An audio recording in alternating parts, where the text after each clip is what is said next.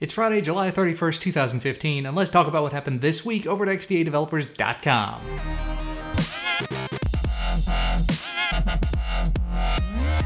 First up, there were a few major announcements. Of course, OnePlus held their VR launch event for the OnePlus 2. It's going to be available in two variants, a 16GB version with 3 gigs of RAM for $329, and a 64GB version with 4 gigs of RAM for $389. I'll just say it, I don't see that 16GB version selling well. That said, it's not going to come with NFC or wireless charging, which is ultra confusing, but at least the launch event was pretty entertaining, and there were some invite links sprinkled throughout the video that had all been claimed, unfortunately. Hopefully I'll be able to get my hands on one of those devices eventually and make some videos about it. After the unveil, a Chinese website, IT168, did a full teardown on the device, so if you want to see what makes it tick and see what it might be missing, links down below. And to go along with that, some new forums for the OnePlus 2 are available on XDA. Also, Motorola unveiled a bunch of new devices at their event, the Moto X Play, Moto X Style, Moto X Pure, and the Moto G. Lots of specs involved there, which I am not going to read through, but they do all look pretty impressive for their price points, and the Pure edition that's going to be available here in the States is going to be just $399 unlocked when it becomes available in September. Speaking of the Moto X Style though, apparently DxOMark, a site that does some really in-depth photography analysis stuff,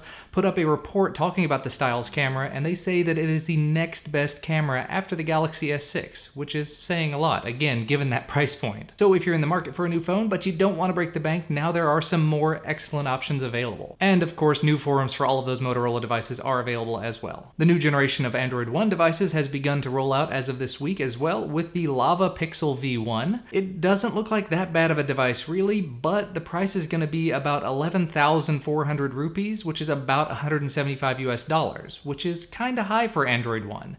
And Google isn't controlling the update schedule for it. Lava is. That does not look good. Sort of goes against the entire point of Android One. Moving on, a security firm called Zimperium has released information about a vulnerability they found in Android affecting Android versions 2.2 through 5.1. And it's not a bug that's in Google Play services, it's in Android. It involves the attacker sending a video through MMS that contains the exploit, and you don't even have to open it if you use Hangouts as your default messaging app, because Hangouts automatically processes the videos that Hangouts receives in MMSs and puts them in the gallery. So that sucks. Google, Samsung, HTC, and Silent Circle have all chimed in on the original article, giving some timelines for releasing patches on this, so it is just a matter of time before it gets dealt with.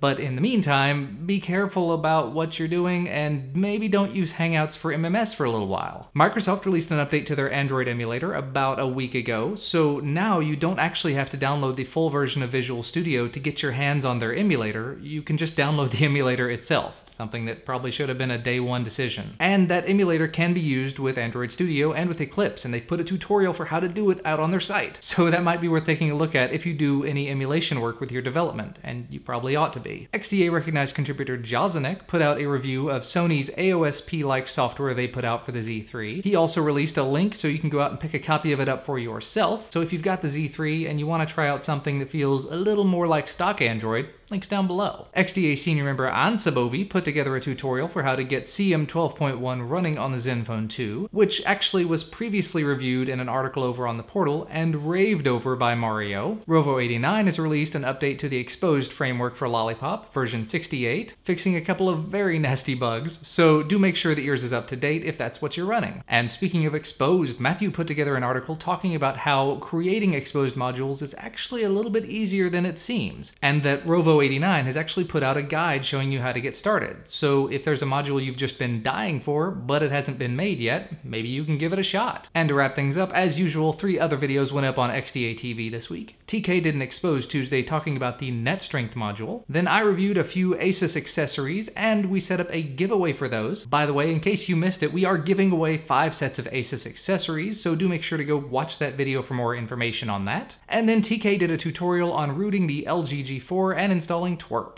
But you know what? That's going to be about all from me for today. You can find the links to everything that I talked about down in the video description, as well as the links to my YouTube channels. Remember, if you like this video, please do give us a thumbs up down below the video. We definitely appreciate it. Share it on social media if that's something that you'd like to do. And remember that you can always subscribe to receive all of our videos as soon as they become available. But thanks so much for watching, and I'll see you next time.